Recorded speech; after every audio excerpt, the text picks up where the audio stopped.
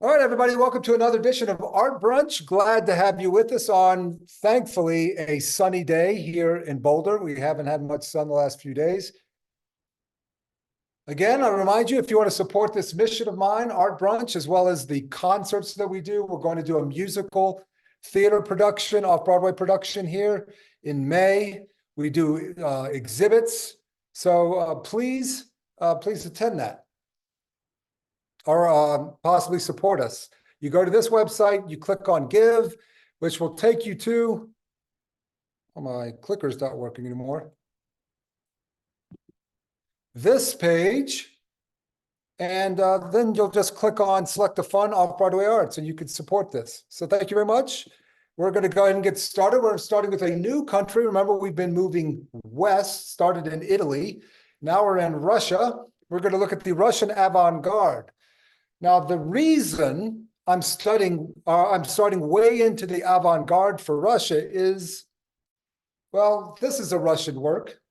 Up until about 1890, much of Russian art was rather derivative, wasn't very, I say, unique to that area.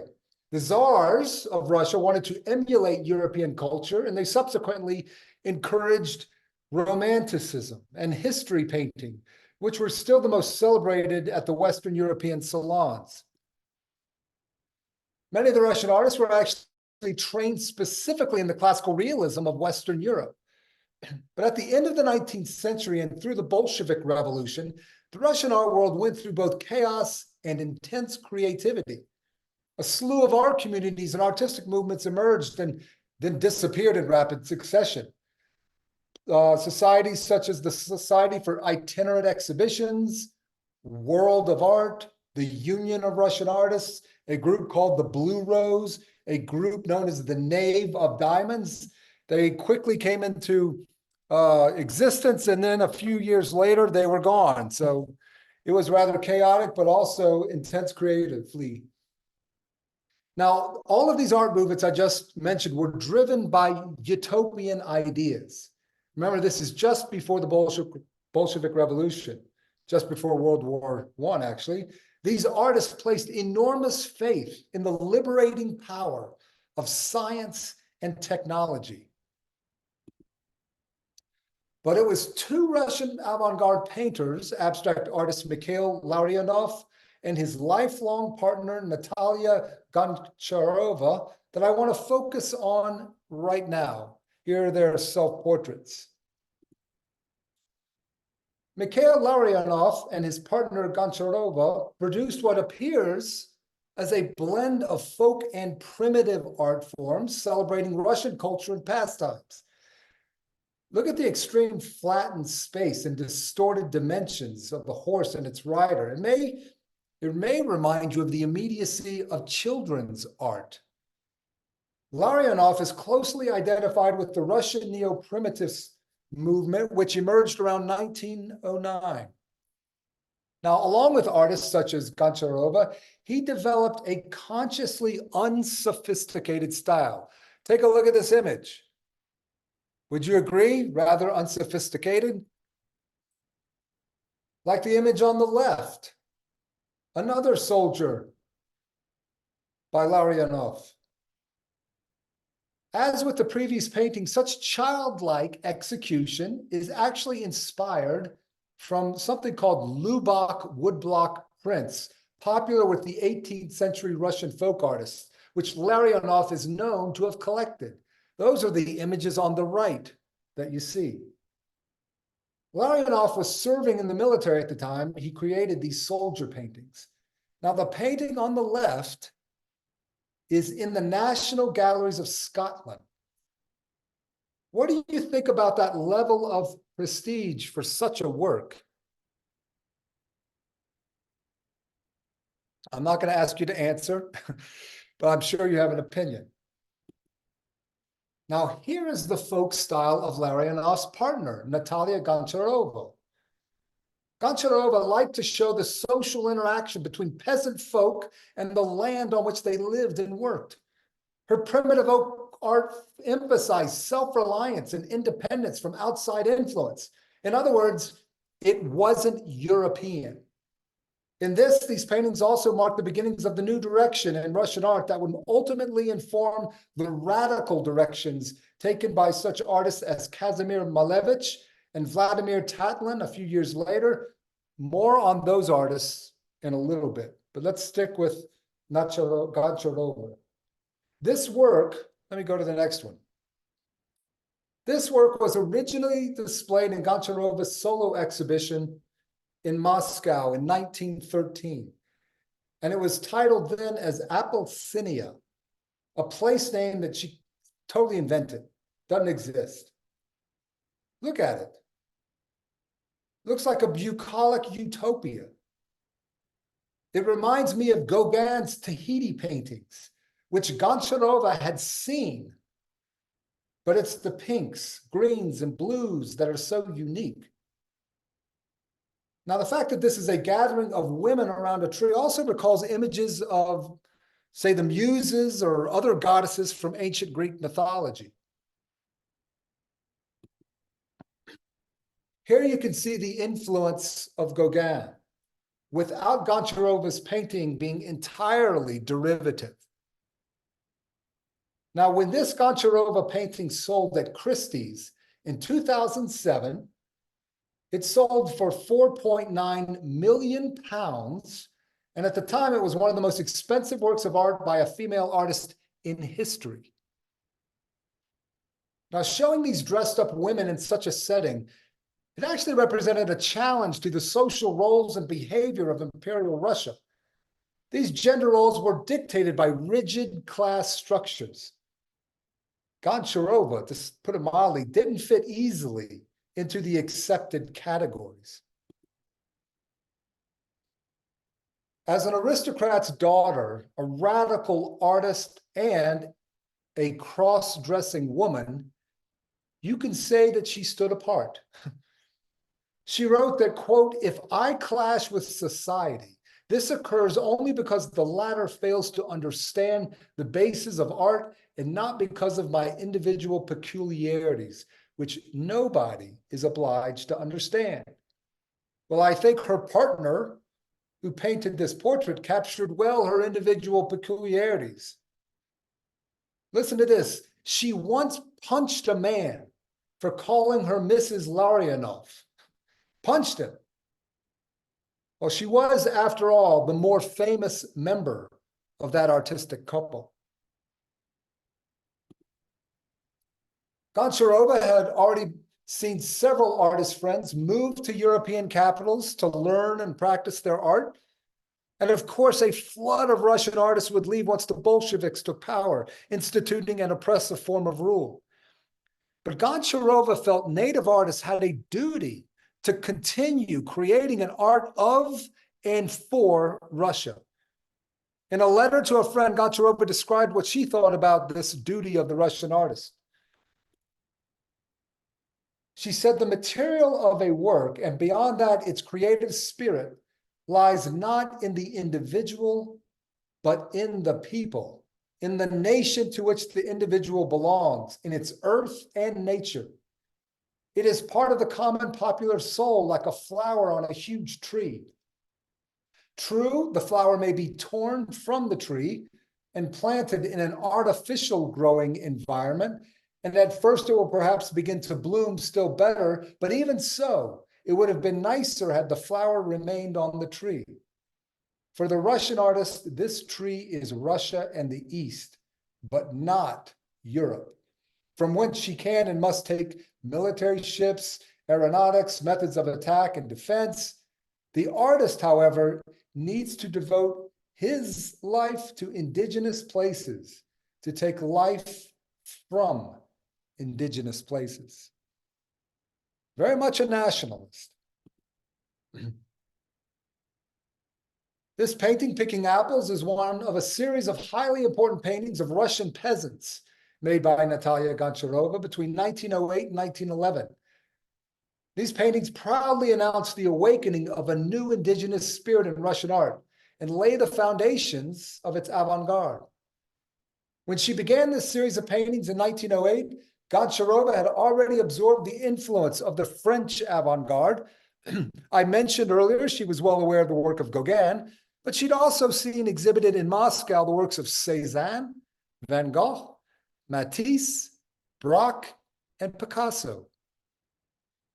Simplifying the features and the form of the figures in a sculptural and cubistic way that recalls carved wooden dolls, Goncharova has endowed these wholesome peasants with a simplicity and elegance of form that seems to ennoble them.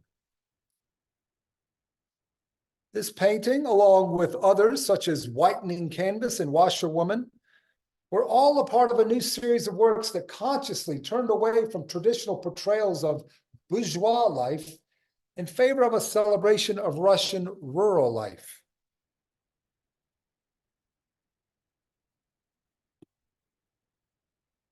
Great and serious art, Goncharova wrote in a statement in 1911, quote, cannot help but be national. By depriving ourselves of the achievements of the past, Russian art is cutting itself off at the roots. I do not mean to say that foreign influences are harmful or useless. After all, she was influenced by Gauguin. But the foreign must be merged with one's own. Only in this manner will that great force be created that will move art forward. This is the only true constant aim in art. Aspiring to the decorative while preserving philosophical, religious, and literary differences.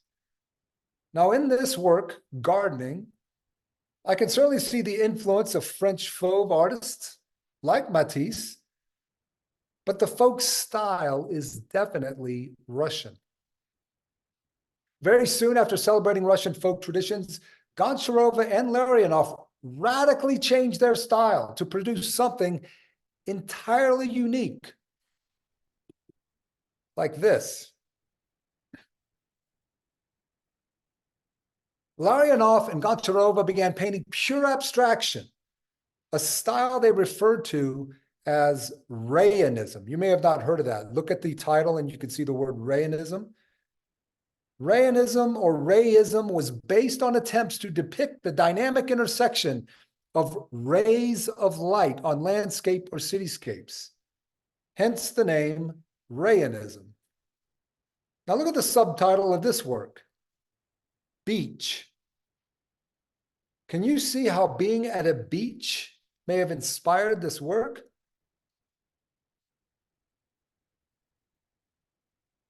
These are just my thoughts off the top of my head. Perhaps the blue represents the sea, white, the sandy beach. Perhaps red is a sunset of some kind, but purely non-objective. This work, Nocturne, probably originated as an impressionist landscape, which Larionov reworked as a rayonist composition. Larionov said of his painting that it was inspired by the dusk light at Odessa. His exact words about it are, quote, it is a problem of the combination of staircases, interiors, and exteriors of houses, and represents the pressure of the body of dark colors on the semi-light tones, the conflict of colors, if you wish. Well, do you see or experience what he has described it to be? What do you think? Did he succeed? I don't know. Does it matter what we think? Here is a remarkable composition simply titled Glass. Take a moment to look at it.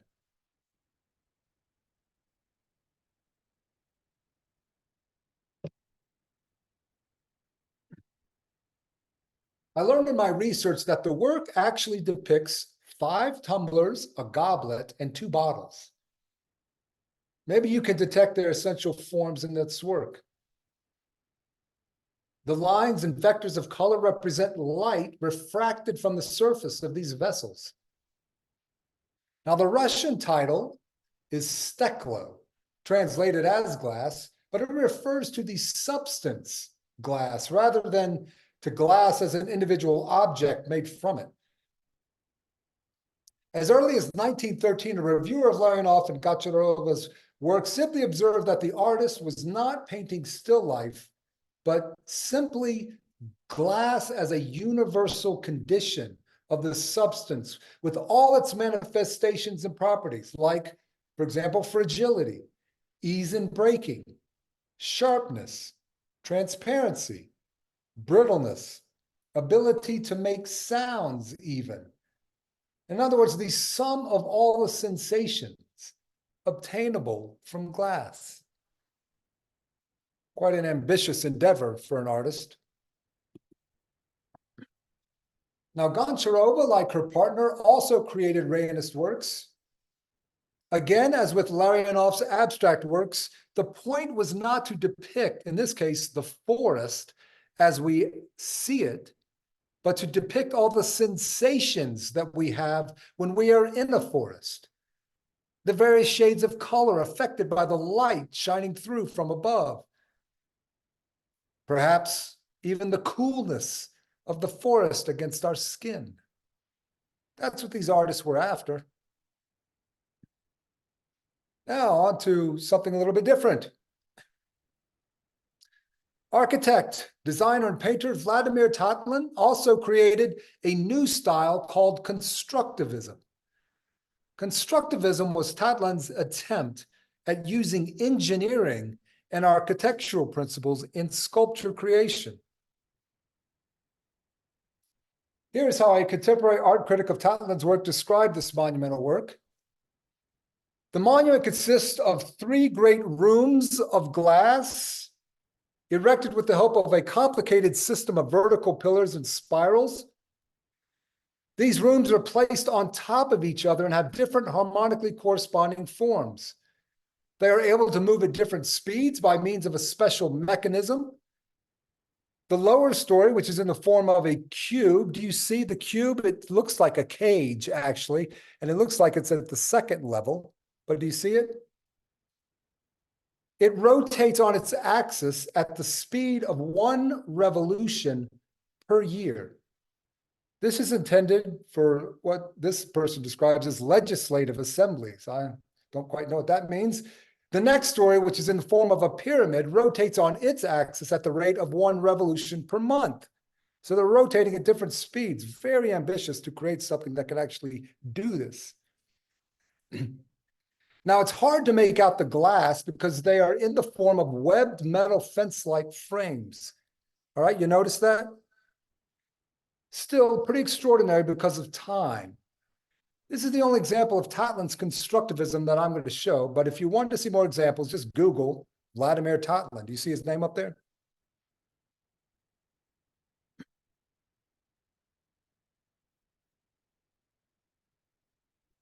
Now, possibly the most famous of the Russian artists who remained in Russia was Kazimir Malevich. Any of you heard of him? This work was one of his earliest pieces, infused with a religious mysticism. Now, prior to the revolution and the Great War, religious themes were fairly common among Russian artists. But after World War I began, Malevich's style went through a radical change. It was this work that Malevich considered his great breakthrough, and it was highly controversial at the time. In Russian and wider European art circles, the black square became a social phenomenon. Everyone was talking about it. Now look at that. The craquelure in the paint. The black square resulted from the painter's impatience. Malevich painted on the surface of his wet canvas, not waiting for it to dry as most sensible artists would have done. And as a result, the so-called craquelures, dye cracks that you see, appeared in the pitch blackness of the figure due to Malevich's haste in creating it. But Malevich loved the outcome. He said of this work that he wanted to completely abandon depicting reality and instead invent a new world of shapes and forms. Kazimir Malevich called his new style suprematism. You can see it in the title of this work, Suprematism. Malevich presented suprematism as both an art form and as a bigger philosophical and spiritual worldview. As Malevich stated about it, here's a quote: "Under suprematism, I understand the primacy of pure feeling in creative art. To the suprematists, the visual phenomena of the objective world are in themselves meaningless.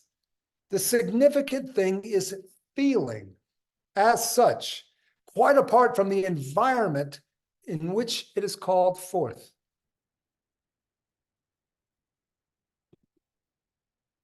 Here's another example. Now, I couldn't help but notice the two crosses, a long red one going across the canvas and a smaller black one on the left. I'm not sure if that was an intentional reference to the Orthodox Church or not, but I'm curious, since post-Bolshevik revolution, or during the revolution, there wasn't a lot of sympathy for the Orthodox Church, to say the least.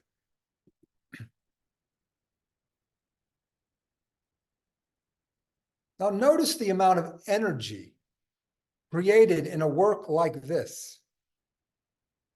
Simple geometric shapes, if placed in a particular way on the canvas, can indeed produce strong feelings and sensations. How do you feel when you view a work like this?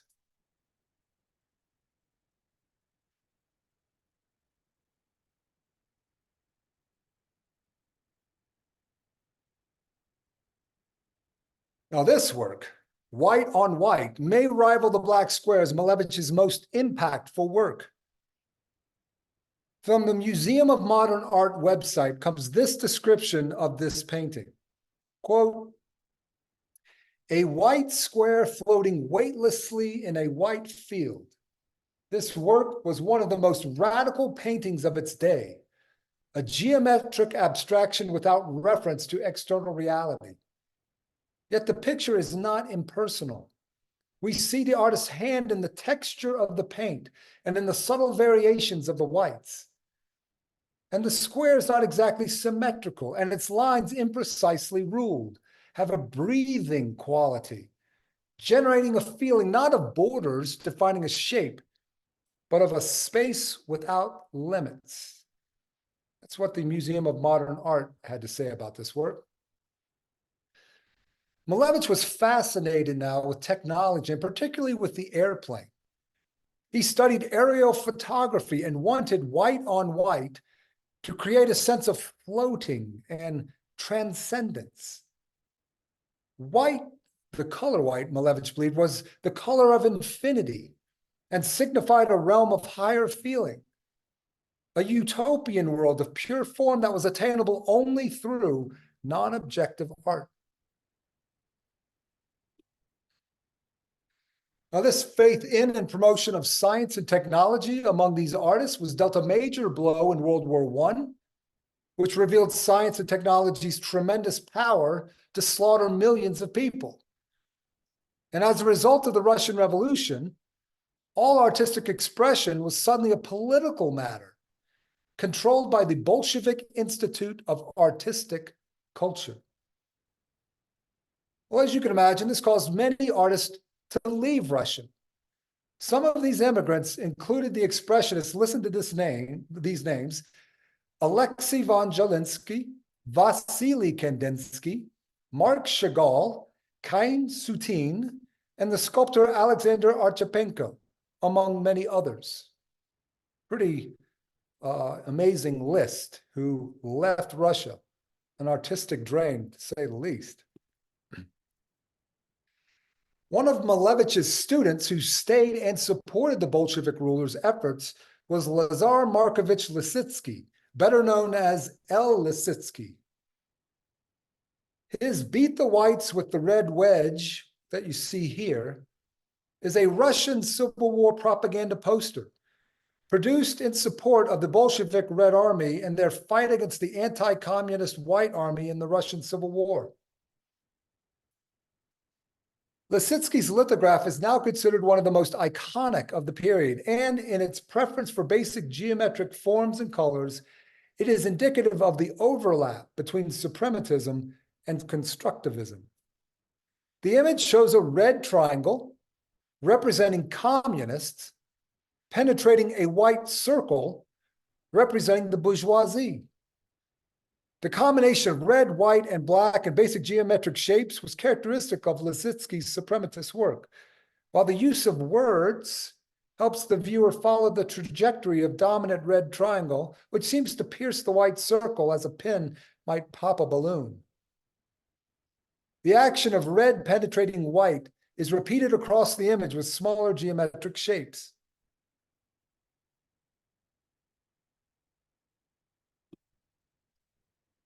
Lissitzky's entire career was laced with the belief that the artist could be an agent for change. In other words, art should be a goal-oriented creation.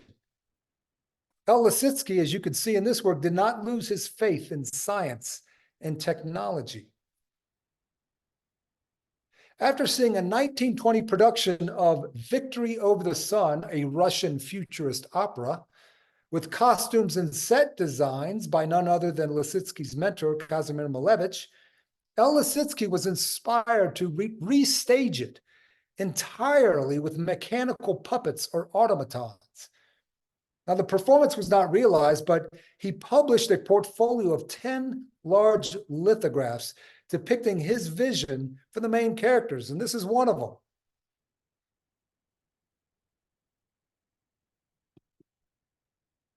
The announcer is also from that series. The opera Victory Over the Sun imagined a utopian, mechanized future, exemplified by humanity's imprisonment of the sun and its replacement with a new technological source of light and energy. Is that a vision that inspires you?